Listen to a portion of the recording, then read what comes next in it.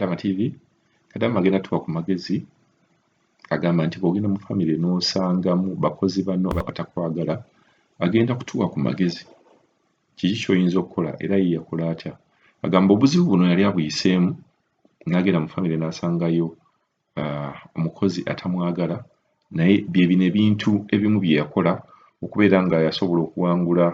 omwoyo gwa Kadaama oba yasobola okuwangula embeera eyaliwo ebiseera ebyo. Hello Nyabuli Kadama TV. Hello Mr. Kadama TV. Assalamu alaikum wa rahmatullahi wa barakatuh. Amanya gange bampita Siyama ndi wano UAE. Kakati leero balwakumeka leero kireka 26 olwokutaano March. Alhamdulillah tukyebaliza Allah abamu nga tukyassa. Nabo abalwadde abatawulira bulungi abali mu kuyita mu buzibu. I pray to Allah to make it easy for them, inshallah. Kakati Mr. Kadama TV mpakuwuliriza audio omuwala obuzibu bwali mu kuyitamu n'abakozi banne. Bannange njagala gamba sisita wange oyo kintu kimu. Sisita wange nkusaba guma siiba saba oba oli musabi saba oba osaala abantu abo gwe kasita on'abantu tobalinaako buzibu bwonna nkulayirira mu maaso ga Allah bijja baddira era naabo oba bakolako olugambo nti mbutokola bagamba baboosi bakukyaya biki bijja baddira olw'ensonga nti tobalinaako buzibu. Nze kamakogera kino okukugamba nkirinako obujulizi olw'ensonga nga nange naakajja nze najja mu maka gendimu ku budde buno waliwo mu Filipino kirabika mu kusooka naye nasanga agenze kati ate amaka ge tukolamu ndiwo nzekka nze naye nga bw'omanyi tubeera n'ab'eŋŋanda ababosi bange balina ab'eŋŋanda maama buli lunaku oba buli lwakutaano tugenda ne tukuŋŋaanira ewa maama alinga maama wa boosi. Then maama wa boosi ayina sister boss wange ayina abakozi ba Philippine 2. Then maama ye nga ye naye ayina aba Ethiopia 2. Abawala abasigadde abamaama buli omu ayina omukozi omwomu bonna ba Ethiopia nze nzekka Munnayuganda. Naye mwana wa nnyabo twagenda ne tuva wano ewange ne tugenda ne tubeera ewa sister wa boosi ayina banne n'abawala aba Philippine 2 aba Filipino 2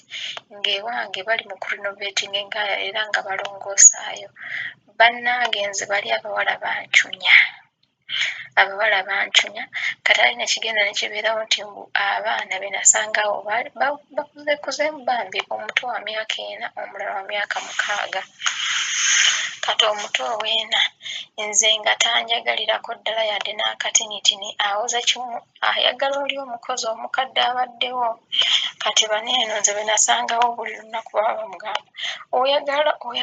oyagala ono oba oyagala oli ng'ayogera linnya ly'oli. Nze okwata ku mwana bannange nga bizibu. Omwana baagala amuliise omwana taagala amuliise, omwana baagala amunaaze omwana taagala amunaaze. Bannange nga be bantu abajja ne boogera naawe ekintu kati when you respond kyozeemu ate bo kye bazaayo ate mu kukizaayo tebakizaayo nga bw'oba okyogedde ate oba oli awo nga boosi wajja ng'akubuuza siyamugambye bwe bati ne bwe bati kwegamba. Bannange nze bankola ebintu ekiseera ne kituuka nga nze sikyayogera. Mwalimu lumu ne mpulira ennyo obusungu bannange nakaaba naye mukaaba ennyo namala n'enguma ne ngamba ye why should I cry nze bano abantu mbasobola ne neegumya nzekka ne nsooka nsiriikirira. Kati lwali lumu oba baŋŋamba ki ne mbagamba ye mumweyisa ng'abatali ba Kadaama nze nno bulijjo mbadde manyite era ne mu kujja mu kusooka omu ku bo bw'amazeewo myaka 6 I thought oba maybe she is part of their family kumbe nga naye Kadaama be bantu abatubisaamu amaaso nga bagamba mmwe mufuna obusente obutini wano zino family zonna tezaagala amawanga nga mmwe baagala affeffekka kuba for us we know what we are doing. Kwegamba bannange gwe ne bakutwalira ddala nga gwe atalina ky'oli oba atalina ky'omanyi. Nejjukira I already had the experience kuba ekintu nali nkikubyeko e Saudi kati wano ndi Dubai. bannange tubaddewo wumba mufuluma mukowa bwe lutumina gye mulaga obudde mubunyogovu nga bagamba yambala kino ne mbagamba siimu omundagira kati waliwo olumu nga mpaako byengula ebyobunyogovu nze nabyegulira kati nga bambeerako yambala ebyo ne mbagamba kale binene sijja byambala bannange kati ate buli lwe baalinga bagamba nti balina kye banjogerako ekitali kirungi bannange oba Allah akikolanga atya mba mbasanga ng'era boogera buli lwe boogera mba mbasanga ng'era boogera naye nga bye boogera awula Mukama Allah yakyasinza okumanya kati bali lumu olwo mba mpitawo mba mulongoosa ekisenge ekirala nkomawo tuli awo ffenna tukola emirimu mbeera mbayambako era eri gye twali twamalayo like 1 month and something naye bannange nze mmanyi kikye naliko bali abawala bacunya oba bacunya naye nasiibanga nasaalanga nasabanga Allah abo abawala wemba mbayinako obuzibu wemba sibayinaako buzibu insha Allah yamanyi era Allah yazalire ku budde buno wenjogerera bebaneeguya okwogera nange buli kimu naye banza okusanga ku makya nga baŋŋamba longoosa eritoyirongoosa wano olw'ensonga nti nayinawo abaana 2 naye abaana kati babasibanga era abaana baba baliwa anti waabwe naye nga nsirika nenongooza omu ku bo n'agamba mukama wange n'agamba kale mukama waabwe sisita Boswange nga mugamba nti n'oyo gw'olaba talina kyakola akola ayozabwoza ngoye zaabwe nakugolola naye nga jjukira we tuli wonna ennyumba yonna yeetoolodde makamera buli kimu balaba nti I do participate era baaloopa ne batuusa ekiseera ne bakoowa omukyala nampitanga lwaki toyogera na bano nga nze nsirise ne mugamba waliwo obuzibu nga mugamba tewali buzibu naye bo nga bo bakyerabirako nti waliwo obuzibu kuba mu kusookera ddala nga naakatuukawo nali ndina kye mbabuuza kino oba nkiteekewa oli yaŋŋamba kiteeke ku mutwe n'amboggolera ennyo ku olwo immediately nagenda ne ŋŋambayo wano nze naabeerawo ntya nga abaliwo nina kye mbabuuza bamboggolera buboggolezi ne bajja ne babawoonengako bannange balina olugambo ng'abantu abeeno balinga abagenda okufiira eno like they will never go back to their homes kwegamba balina empisa za buli kika so kyenkugamba mukwano gwange sisita wange guma ate obeere strict ku bintu byo ebintu akasenya wamala okusenya katereke mu bintu byo ebizibu buli kimu kyo beera strict beera security gwe nga gwe kennyini soka wekoleko security era bw'onoolaba nga kisuuse munaye weekubira enduulu kubanga bano abaana olumu simanyi oba kyekibatika kuba kati wetusinkana eno nga tuli bannayuganda ffe babiri lwaki tetubeera bamukwano lwaki tetufuuka basiste lwaki tetubeera family olw'ensonga ffenna tuli eno ku mawanga nze neewuunya nze bali bo bancunya naye olw'ensonga nti bo tebaviira mu ggwanga lyaffe bo beerabawo bo nga bo naye nze nagumanga era nasirikanga kati okubawangula nafuuka musiru era lumu nagamba ne bosi wange nti n'okutuula n'abaana abawala olina kubeera musiru kati famire zonna nga wetuze nga tukuŋŋaana bonna babamanyi nti no balina empisa embi era buli omu agamba nti no Yesu yama yababeeramu atya ne mbagamba nze nabeerawo nagamba taata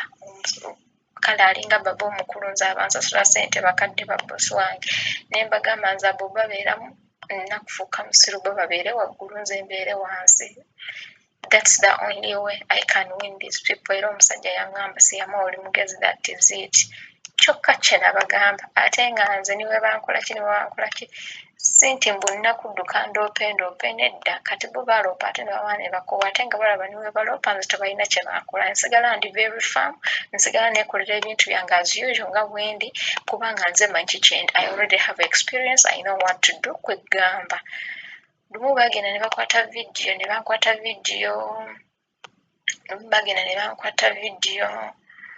bankwata vidiyo nga bw'olaba like okukola ki nga bw'olaba nti bakubira oli omukozi omukadde eyaliwo ne bakuba kala amasimu ne bagamba wuuno abaana tebamwagala buli omu agamba okomewo biki bingi byali bingi nawulira obusungu era lwolwo olunaku bambi nali ntudde nze kane nga mpulira nga amaziga gampitamu naye finally I had to be strong because I knew what I'm doing era nagamba mukyala wange if you really feel you're not comfortable with me it's okay nsobola okuchanginga nsobola okunzayo ku office and you will change the house kye nabagamba era bo ne bagamba waasi amaffe tukwagala ag'omanya emirimu naye ate wendi abakozi ewaka ewange kati twamala ne tukomawo naye abakozi abajjanga wano buli omu yagamba bannange ono omuwala nga muyonjo buli bantu bajja wano bafamire zaabwe bagamba wabula wafunye omukozi kuba nyonja buli wamu ng'abawala bagamba baali tebasaana agenda mu manju mu ttooyi olw'ensonga wona waali wawunya aha naye ekyenkusaba maama wange sweetheart sister wange guma saala saba abo ojja bawangula kola bibyo Mr. Kadama TV kansuubula nti oli bulungi manyanga bulijjo naye oyo omukyala omuwala yalajana about bakadama banne banange naffe bakadama tweddemu because bano abantu si balungi naye bw'oba nga musinkanye mubeere nga bwaluganda si kirungi bwotyo kyova olaba Mr. Kadama TV nze olaba wano bangambye noonya omunauganda munange tukole ffenna babiri naye Mr. Kadama TV nze sigenda bikola lwaki kuba ogenda n'oleeta omuntu n'akufuukira ekizibu oba oluusi kati ng'oyo abasisinkanye ne bamufuukira ekizibu so there are two things nze nasanga wano munakenya nga obanga omubuuziza kino akuddamu yenayina nga mukambwe bitya neweebuuza kati ono aba alangirira ki naye nakakana nemutuuza wansi nemugamba nti nedda si bwotyo bwe bayogera bwobanga nkubuuziza gw'omanyi ndagirira nange njige atuuka niimagine okusinkana nti waliyo n'ebintu ebirala naye ambuuza ate nga nze nakatuuka ate nga kati ye ambuuza nti olowooza wenkola kino wekiti kibeera kirungi nze nembeera nga mulagirira bulungi naye nga ye Mr. Kadama TV kasika omubuuza ekintu n'abeera mukambwe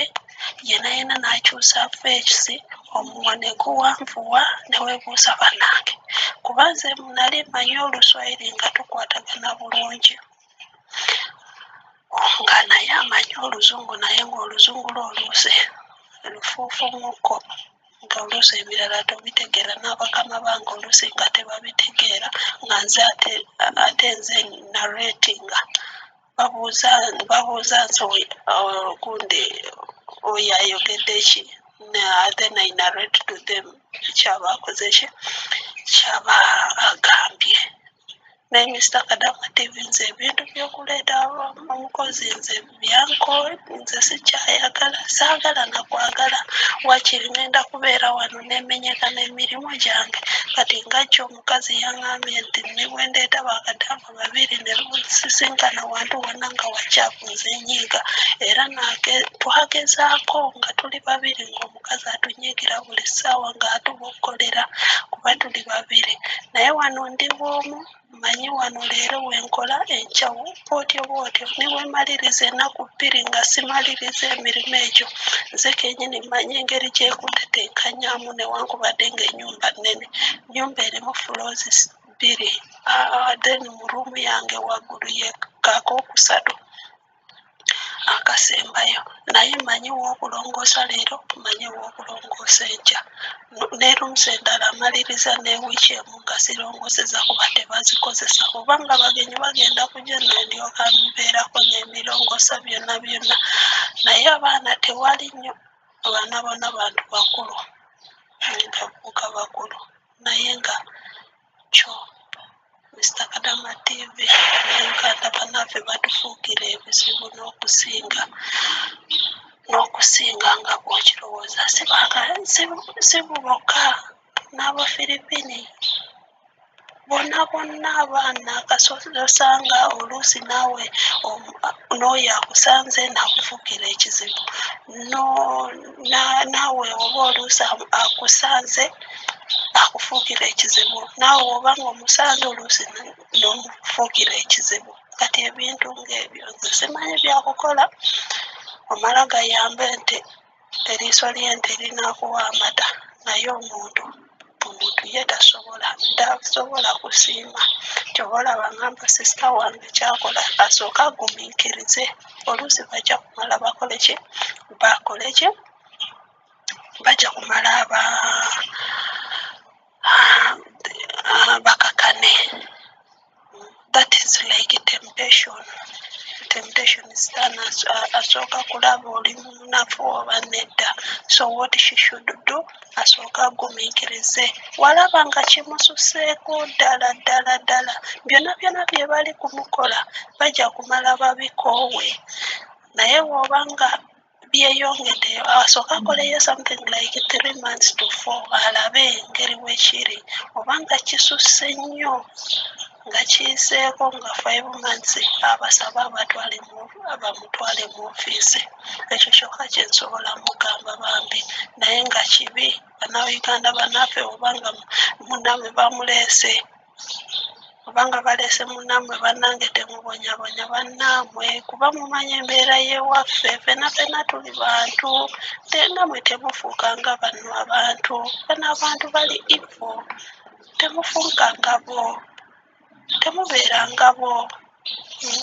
kuba ensi yonna ensi tuli bagenyi kati banamwe obanga mubayisa bubi si kirungi